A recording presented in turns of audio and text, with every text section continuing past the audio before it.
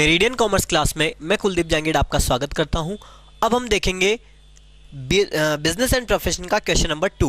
BNP का question number 2 देखेंगे। देखिए क्या कह रहा है। Messrs Radhelal and son is a wheat merchant in at Kota. They have agency of shop and oil companies also for which they get commission on sales at a fix percentage. They do not maintain account books. देखिए वो account book maintain नहीं करते थे।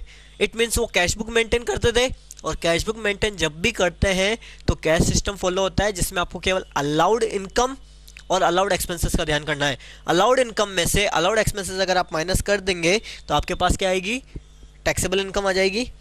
देखिए क्या दिया हुआ है डिटेल में। Commission receivable from shop company. Commission received हुआ है, कमीशन रिसीव्ड हुआ है, उसका बिजनेस है, अलाउड है बिजनेस के लिए, इनकम है। कमीशन फ्रॉम शॉप क्या आएगा अमाउंट 6000। फिर है commission receivable from oil company, ये भी इसका बिजनेस है, कमीशन रिसीव हुआ है, बीएनपी में आएगा 18000। देन देखिए क्या दिया हुआ, compensation for termination of agency bye oil company. Oil company से कमीशन रिसीव होता था, उससे टर्मिनेट कर दिया उसने, उससे इनकम हुई है, वो भी बिजनेस इनकम कहलाएगी।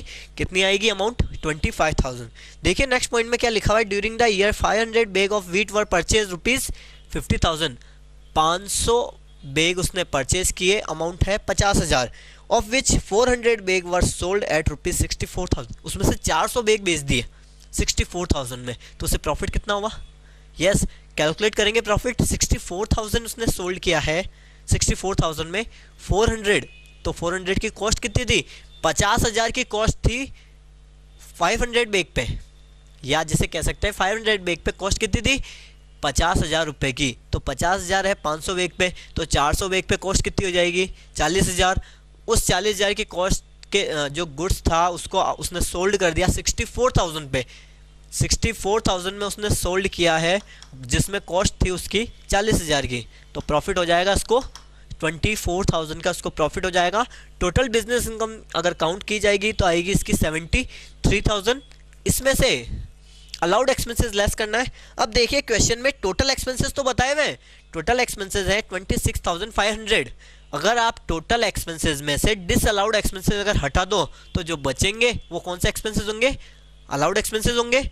टोटल एक्सपेंसेस आपके पास 26,500, उसमें से पॉइंट्स में से डिसअलाउड अगर हम हटा दें तो जो बचेगा वो क्या होगा, अलाउड एक्सपेंसेस कहलाएगा। देखिए क्या दिया हुआ, फर्स्ट पॉइंट में दिया हुआ है expenses of rupees 4500 on the marriage of Radhelal sons. ये देखिए पर्सनल एक्सपेंसेस है, पर्सनल एक्सपेंसेस क्या हो जाएगा, डिसअलाउड हो जाएगा 4500। आगे देखिए क्या डिटेल दी हुई है। Rupees 2700 being the cost of calendars and diaries. Business use आ जाए, कैलेंडर है, डायरीज है, बिजनेस यूज है, तो क्या कर देंगे, अलाउड है, डिसअलाउड नहीं है। 1300 are estimated for the repairs for residential house. Residential house के रिपेयर्स कराने पे एक्सपेंसेस हुआ है, पर्सनल एक्सपेंसेस है, डिसअलाउड हो जाएगा। ओके, फिर क्या कह रहा है, entertainment expenses. Entertainment expenses always क्या होता है, अलाउड होता है।